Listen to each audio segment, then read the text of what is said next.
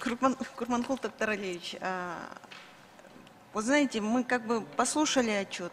По идее, можно было и не слушать, потому что мы же тоже получили его в письменном виде. Все цифры озвучены, все есть. У меня к вам такой первый вопрос. Вы, наверное, слышали, наш коллега, депутат Атазов, с высокой трибуны заявил, да, о моральной стороне. И очень серьезные как бы обвинения в ваш адрес были озвучены. Скажите, пожалуйста, вот мы до сегодняшнего дня не услышали вашей официальной позиции по данному вопросу, ни пресс-конференции. Как вы относитесь к моральной стороне данного вопроса и вообще, почему вообще такой вопрос стал с трибуны Жогорку Кенеш? Рахмат Гүлі Ахматқұловна. Башқы прокурордың отчетынан дағы бұл білдіру сізге маанилүүрөөк окшойт. Буга мен терең жооп берем. Эмне себептен бул көтөрүлгөн сиздердин кесиптешиңиздер. Парламенттен көтөрдү маселени. Ошол боюнча чек арадан чыгып кетти. Биз жоопту тактай алганыбыз жок. Эгер чыкпаганда биз тактайт элек. Ошол жерде билдирүү жасап атат. Прокуратура тарабынан 900 канча адамды мыйзамсыз жоопко тартты. 300 адам акталды деп атат. Бұл фактыларды қайдан алған біз тақташымыз керек, көп білдірілер негізінде. Емне себептен өзіні қарата қуғынтықтауыны мен тараптан болғандығын түшіндірген жоқ. Ал біздің ал бойынша прокурордың, прокуратураның тиешесі жоқ. Сот арқылы шешіліп отат білесіздер. Аны саясатшы қатары сіз де жақсы білесіз. Қандайдыр бір заказ атқару мақсатында қаралап кетті окшойт. Менің фамилиям аталған менен манисин тақта тыңдау ұқсаңыз, манисинде башқа нәрселер сөйлеп жатат. Ошондуктан мен бұл бойынша прокуратуранын и менин өзүмдүн жеке ишмердигимде өмүр баянын изилдесеңиз болот. Мен ишим ачык, айкын. Эч качан мен өз жакындарыма кылмыш козголсо да тарткан эмесмин. Буга күбө мына биздин укук коргоо органдарында отурат. Биздин өлкө башчысынын талабы бул.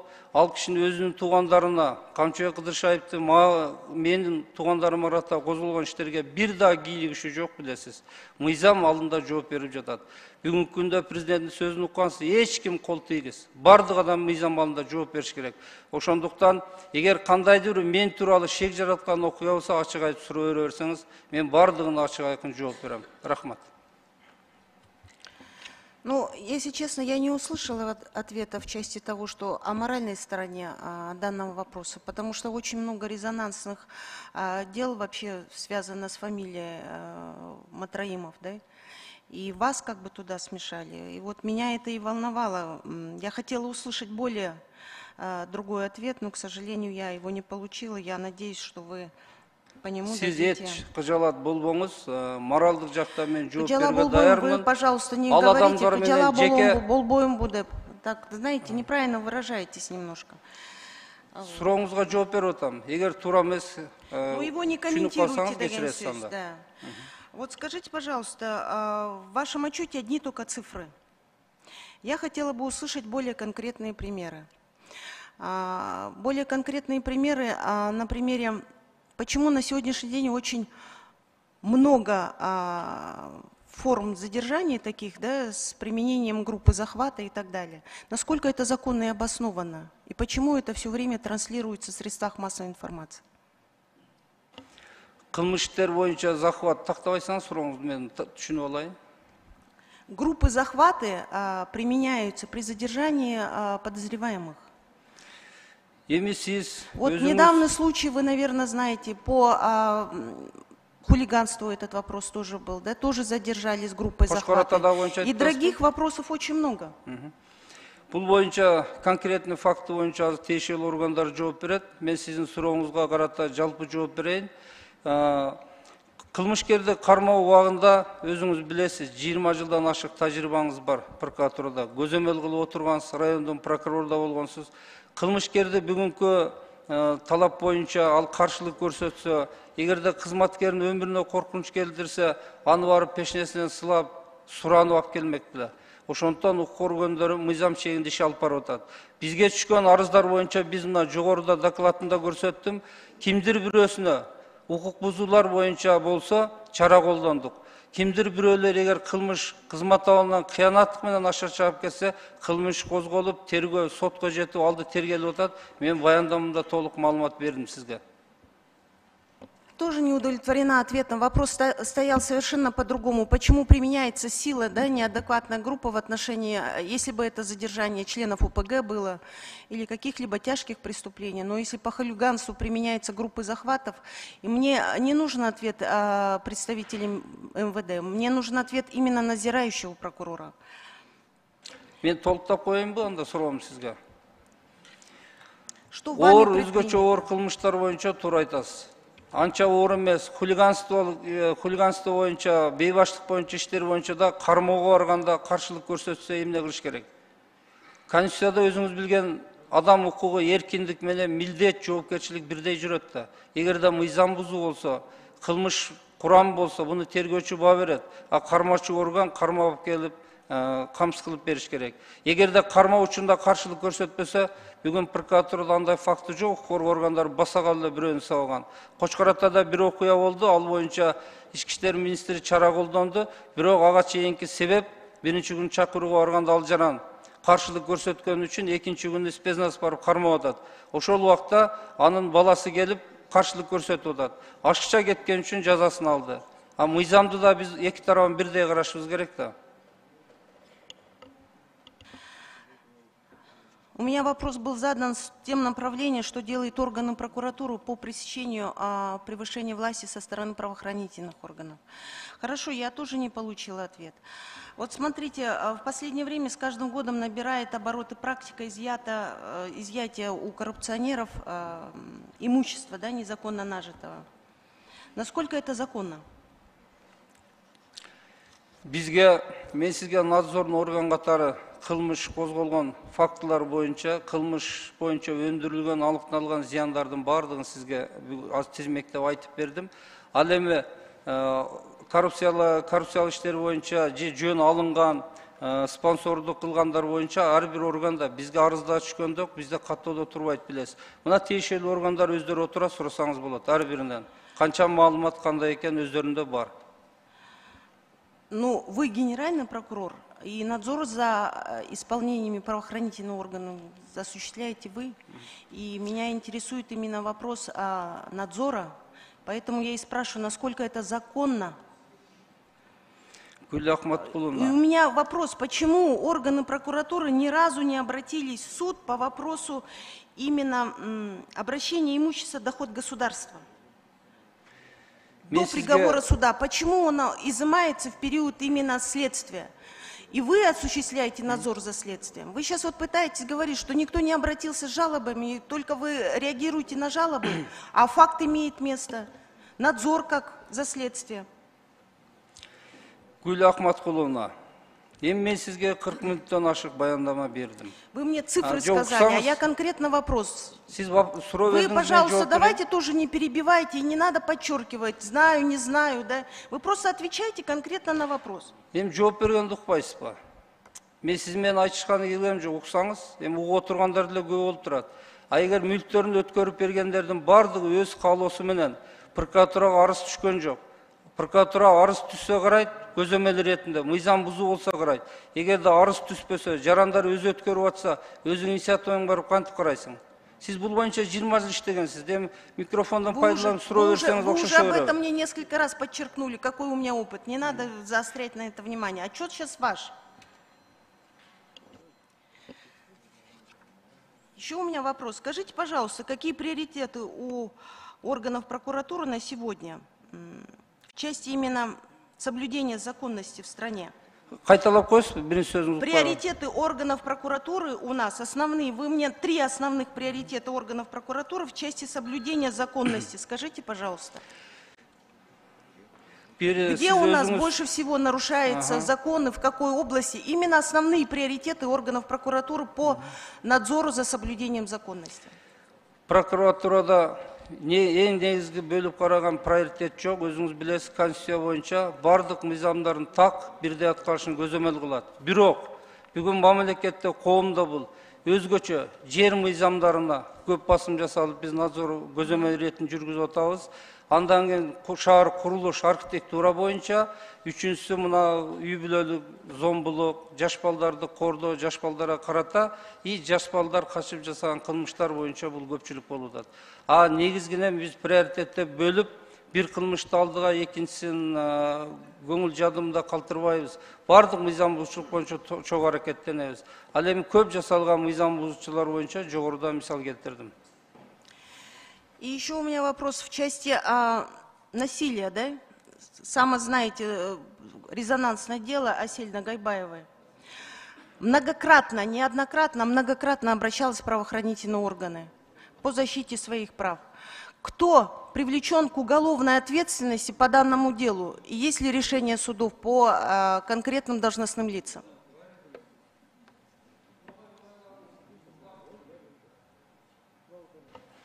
Ногойбаева боюнча бүгүнкү күндө кылмышы тергелип бүтүп, соттун кароосуна кеткен, соттон өкүм чыгарылды. Бул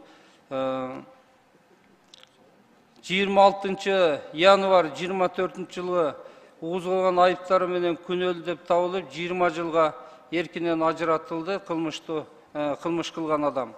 Өзүңүз билесиз фамилия атын. Ал эми тиешелүү кызматкерлер бул боюнча милдеттерин тийиштүү түрдө аткарбагандыктары үчүн Сокулуу районунун прокурору Бекташевго жана Сокулуу районунун прокурорунун жардамчысы Жакыпбаевага сөгүш, Чүй облусунун прокуратурасынын бөлүм прокурору Шыгаевге тартиптик жаза жарыяланган. Ал эми тиешелүү Ички иштер министрлигинин кызматкерлерине булар дагы чара колдонуп, жазага тартышты кызматкерлерди. Бул баягы кылмышты создуктуруп, мурда бир нече жолу жасаган кылмыштарына баа бербей койгондугу үчүн. По какой статье они привлечены к уголовной ответственности, если привлечены? И можно озвучить мне конкретные фамилии должностных лиц? Кылмышкерди. Статьясын толук койчу мага. Так, 139 берененин 1-бөлүмү боюнча эстебестикке карата бул өмүргө жана ден соолукка коркунучтуу зомбулук. Не, в отношении супруга Эстевесова мне не надо. Мне именно по должностным лицам правоохранительных органов. В отношении судьи, который не принимал мер, в отношении прокуроров, в отношении сотрудников органов внутренних дел. Так. Именно мне по должностным лицам. Судьяны Сокулуу районунда өзүңүзгө маалым кызматтан алынды. Фамилиясы ким эле? Кызматтан алынды. Прокуратура кызматкерлери боюнча мен жогоруда айттым. Ал эми Ички иштер министрлиги боюнча кимдер жазага тартылды айтып коюңузчу. Маалымат берсеңиз. Саламатсыздар, Гүл Акматкулова. Ички иштер министрлигинин тарабынан иликтөө жүргүзүлүп, Сокулук району боюнча Чүй областынын башчысынын орун басары дисциплиналык тартипке жазага тартылган. Сокулук районунун биринчи кызматкерлери дисциплиналык тартипке жазага тартылды. Уважаемый генеральный прокурор, вы видите, они только привлечены к дисциплинарной ответственности, а там было минимум халатность. Тяжкие последствия возникли. Гүл Акматкуловна, мен жасаган ишти сизге айтып атам.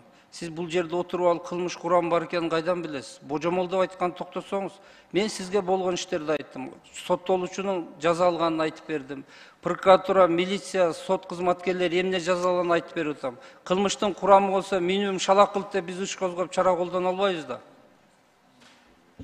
То есть, оказывается, жертвы насилия домашнего могут обращаться 100 раз в милицию, и никто за это не понесет ответственность, а потом тяжкие последствия.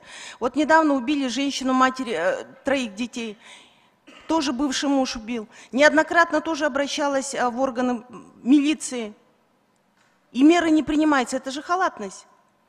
И вы будете говорить о том, что только дисциплинарная ответственность. Это у нас борьба с насилием. Вы вот сами, как генеральный прокурор, вы удовлетворены своей работой? Мен өзүм ишиме канаттандырган үчүн бардык кылган иштерди сизге маалыматты бердим. Маалымат жөнүндө вопрос не стоит. Вопрос стоит, удовлетворены ли вы своей работой. Вы полностью свои рычаги, те полномочия, которые определены Конституцией, конституционным законом, воспользовались. И еще у вас информация о том, что вы в отношении детей-сирот, вы даете в отчете, приняли меры соответствующие, то есть в ряде регионов дали им земельные участки. А что, дети-сирот, получив земельные участки, могут построить себе дома? У них что, материальная сторона такая? Они могут себе это позволить? Прокуратура кызматкерлеринин милдети, билесиз, мүмкүнчүлүгү чектелген адамдарга жардам берүү. Ошол эч кандай жардам жок жетим балдарга жер чектеп берүү. Бул бир бүгүнкү күндө колдон келген ырычак. Үй алып берет атабыз, анын апекундары бар. Келечекте балким мамлекет салып берет. Өзү чоңойот, ержетет, анын өзүнө тиешелүү жери болгону жакшы да. Ошондуктан бул жакшы ниетте көрүлгөн мыйзам чегиндеги аракеттер. И у меня еще вопрос. В отношении скольких лиц привлечены к уголовной ответственности за незаконное задержание? У вас там есть данные о том, что суд по 2 случаям признал незаконное задержание. В отношении некоторых лиц вынесены должностных лиц оправдательные приговоры, но они были задержаны. За незаконное задержание сколько уголовных дел было возбуждено? Азыр мен сизге статистиканы айтып берем, кийинки сурооңузду бере бериң. Акты өкүмдөр боюнча. Так.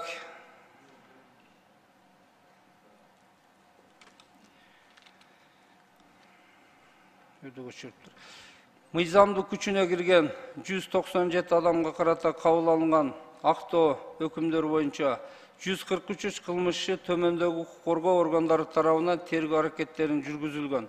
Бул 69 кылмыш 81 адамга карата Ички иштер министрлиги, улуттук коопсуздук кызматы 33 кылмыш 54 адамга, ал эми Фимпол бул жоюлуп кеткен 3 кылмышына карата 5 адамга, прокуратура 38 кылмыш боюнча 56 адамга карата. Көрсөтүлгөн мезгил ичинде кызматтык милдеттерин талаптагыдай аткарбай, тергөөнүн жыйынтыгы менен аяктаган кылмыштерди кылдаттык менен окубай, ошондой эле мамлекеттик айыптоону сотто сапатсыз колдоп, мыйзамсыз жоопко тартууга жол беришкен 46 кызматкер тартиптүү жоопкерчиликке тартылышкан. Мыйзамсыз кылмыш жаза жоопкерчиликке тартуу боюнча кылмыштар козголгон эмес. Анткени кылмыш жаза кодексинин 359-беренесине ылайык кылмыш жасады деп билип туруп тергөөчү же прокурор чыгарган мыйзамсыз айыптоону далилдөө мүмкүн болбогон. Мына жогоруда мен статистикада келтирилгендей, актоо өкүмдөрүндөгүнү өзүңүздөргө маалым соттор тарабынан чыгарылган. Бул эгерде билип туруп тергөөчү атайлап мыйзамсыз кылмыш козгосо, билип туруп прокурор айыпты бекитсе же сот билип туруп мыйзамсыз чечим чыгарса кылмыш козголот. Бүгүнкү күндө андай факты бизде жок. Иштер акталып атат, бирок ар кандай жагдайлар менен. Гуля Ахматовна, Да? у вас уже Время, да? время. Сейчас Заканчивайте, пожалуйста. Последний вопрос. Я хотела бы все-таки узнать по поводу дел, которые возбуждены в отношении депутатов. Здесь просто указаны, да, цифры: 4 в отношении депутатов Джогорку Кенеш, 1 дело в отношении членов Кабинета министров, 11 в отношении судей и в отношении Нацбанка. Я бы хотела получить полностью список по этим делам и спросить, какие результаты по этим делам, по депутатам. 4 дела. Какие, в отношении кого? Жогорку кеңештин депутаттарына карата 4 кылмышы козголгон. Бул 3 кылмыш соттун кароосуна жиберилип, 1 кылмыш кыскартылган. Бул тактап айтсак, Абиев Жаныбек мурдагы депутат тараптардын жарашканына байланыштуу кыскартылган. Бакиров Өмүрбек Мырзараимович депутат мурунку сотко жиберилген. Жамгырчиев Эмиль Эрикович депутат сотко жиберилген. Мадумарова Адахан Кимсанбаевич сотко жиберилген. Өзүңүздөргө маалым, соттун өкүмү чыкты. Ал эми толук айта берейин же сизге списокду берейин? Айта бергиле. 23-жылы сотторго карата козголгон кылмыштар. Бул 23-жылы сотторго 11 кылмышчы козголгон. Тергөөнүн жыйынтыгы менен 4 иш соттун кароосуна жиберилген, 3 иш өндүрүштө токтотулган, 2 иш бириктирилген, 1 иш тергелүүдө. Алардын ичинен мына Лейлек райондук сотунун судьясы Жапаровго карата 2 кылмыш козготулган. Бул өзүңүз билесиз, тартип комиссиясына жиберип иммунитеттен ажырасуу боюнча маселелери каралууда. Ош шаардык сотунун судьясы Малдыбаевго карата дагы соттор кеңешине сунуш берилген, анын иммунитетинен ажыратуу боюнча кылмышы тергелип атат. Тоң райондук сотунун 2 судьясы Карымбековго карата дагы 2 кылмышы козголгон. Бул Каракөл шаардык сотунун кароосунда. Бишкек шаарынын Ленин райондук сотунун судьясы Кенжебаев 1-май райондук сотунун кароосунда бүгүнкү күндө. Бишкек шаардык сотунун соту Ильязова Бишкек шаарынын 1-май райондук сотунун кароосунда. Сиберлов райондук сотунун соты Адимов бул сот тарабынан, 1 майрон сот тарабынан 2 миллион сом айыппул салынган. Бишкек шаарынын Актау райондук сотунун мурдагы соты Абдыкалыков Бишкек шаарынын 1 майрон сотунун кароосунда, ал эми жогорку соттун мурдагы төрайымы Калиева ооруп жаткандыгына байланыштуу кылмыш токтотулган. И последний вопрос. Наш коллега, депутат Масалиев, тоже с трибуны выступал в части нашего же коллеги, лидера фракции Бютун Кыргызстан в отношении Мадумарова. И он говорил о том, что судьи не применили статью 359 в отношении того, что когда не применяется наказание, то зала суда сразу изменяет меру пресечения. Почему за неправосудное решение не привлечено ни к ответственности и не возбуждено уголовное дело в отношении судьи? Насколько это все-таки обоснованно и законно? И хотелось бы, когда вопросы поднимают депутаты, получать сразу письменные какие-то ответы, но, к сожалению, у нас возникает вопрос, потому что мы никогда не получаем от органов прокуратуры письменных ответов. Почему? Ну, я вот последний озвучила же, Масалиев с трибуны заявлял. Масалиев боюнча, жана башка иштер боюнча ар бир депутаттын кайрылуусу бизде өзгөчө көзөмөлдө. Бардыгына мына урматтуу депутаттар өздөрү отурат, тиешелүү мыйзам убагында жоопту берип атабыз. Ал эми Адакан Кимсанбаевич боюнча сот өкүм чыгарды. Өкүм күчүндө бүгүн. Күчүнө кирген өкүм боюнча биз эч кандай мыйзам колдоно албайбыз. Эгерде мыйзамсыз аракеттер, мыйзамсыз четим болсо, апелляциялык тартиптен, надзорный тартиптен өзү жогорку инстанцияга кайрылса болот. Эгерде мыйзам бузук атталса, анда прокуратурага кайрылса, биз аны текшерип, мыйзамдуу чечимдерди кабыл алабыз. Абсамат Исхак Абсаматовичтин мен билдирүүсүн уктум, ал боюнча дагы. Но вы письменных ответов не даете. Я говорю об этом. Не давали. Запрос келген жок, келсе беребиз. И сколько вопросов, когда с трибуны озвучивается, это озвучивается публично и обращаются к вам, вы должны, соответственно, сразу реагировать. Вы не должны ждать, когда вам только именно принесут письменное обращение. И поэтому у нас очень много вопросов, когда вы говорите о том, что четко исполняется законодательство. Я считаю, что я не получила ни на один ответ нормального, ни на один вопрос нормального ответа. Я не буду скрывать, я не удовлетворена вашим отчетом. Спасибо большое. Рахмат, Гүл Ахматкуловна, урматтуу депутаттар, бирибизди сыйлоо менен 5 мүнөт деп чечтик. Ошо 5 мүнөттүн ичинде баардык суроолорду берип калганга аракет кылсаңыздар. Азыр биз таймер койдук. Таймер кол көтөргөндөн кийин мен сразу микрофонду өчүрөм. Тууралуу ошондо бири-бирибизге таарынбайлы. Кийинки сөз бир мандаттуу Ош шайлоо округунан жогорку кеңештин депутаттыгына талапкер Бекмурза Эргешев, номер 7.